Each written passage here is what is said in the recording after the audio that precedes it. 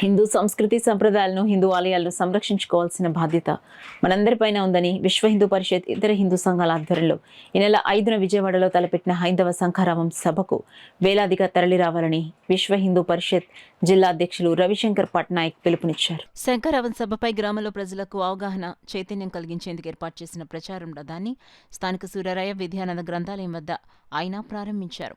కార్యక్రమంలో ఆర్ఎస్ఎస్ కార్యవాహ్ పెమ్మరాజు రామచంద్రరావు, కొండెపూడి శంకర్రావు, గోవిందు, కంబాల నాగేశ్వరరావు, ఈగల త్రిమూర్తులు, సింహాద్రి తదితరులు పాల్గొన్నారు. గ్రామస్తులందరికీ కూడా విజ్ఞప్తి, ఈ గ్రామానికి మీ గ్రామానికి ముందుగా వచ్చినటువంటి ఈ రథానికి హారతి ఇచ్చి మీ గ్రామంలో ఉన్నటువంటి చిన్న చిన్న వీధులకు కూడా తిప్పి ఎక్కువ మందిని మీ గ్రామానికి దగ్గరలో ఆ రోజు ఉదయం 5 గంటలకు బయలుదేరేటువంటి బస్సుల్లోకి మీరందరూ కూడా స్వచ్ఛందంగా 300 రూపాయలు చెల్లించి తప్పనిసరిగా ఈ కార్యక్రమంలో పాల్గొని ఈ ధర్మరక్షణకి పూనుకుంటారన్న కారణం చెప్తూ ఆ రోజున ఉన్నటువంటి బస్సులకి ఆ కార్యకర్తలతో మీరు సంప్రదించి మీ యొక్క ధర్మానికి నేను కూడా సపోర్ట్ చేస్తున్నాను అని చెప్పగలిగినటువంటి హిందూ అందరూ కూడా స్వచ్ఛందంగా రావాలని కోరుకుంటున్నాం.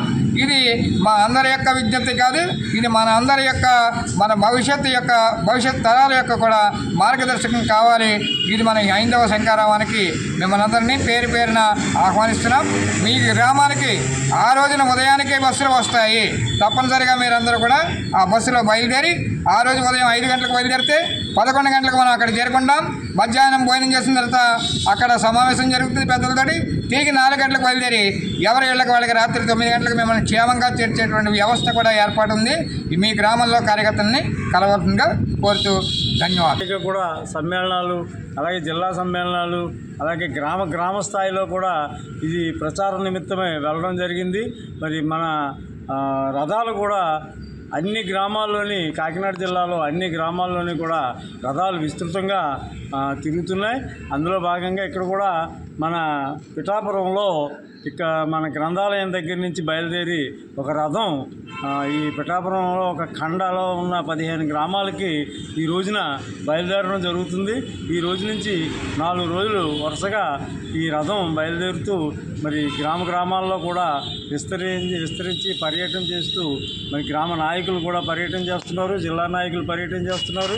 ఈ కార్యక్రమం విజయవంతంగా చేయడానికి ప్రతి ఇంటి నుంచి కూడా ప్రతి హిందువు కూడా ఈ మహాసభకి తరలి రావాలని చెప్పేసి కోరుతూ అందరూ కూడా ఈ కార్యక్రమంలో విస్తృతంగా పర్యటనలు జరుగుతున్నాయి. మరి ఈ కార్యక్రమం మరింత విజయవంతంగా సాగాలని కోరుకుంటున్నాను.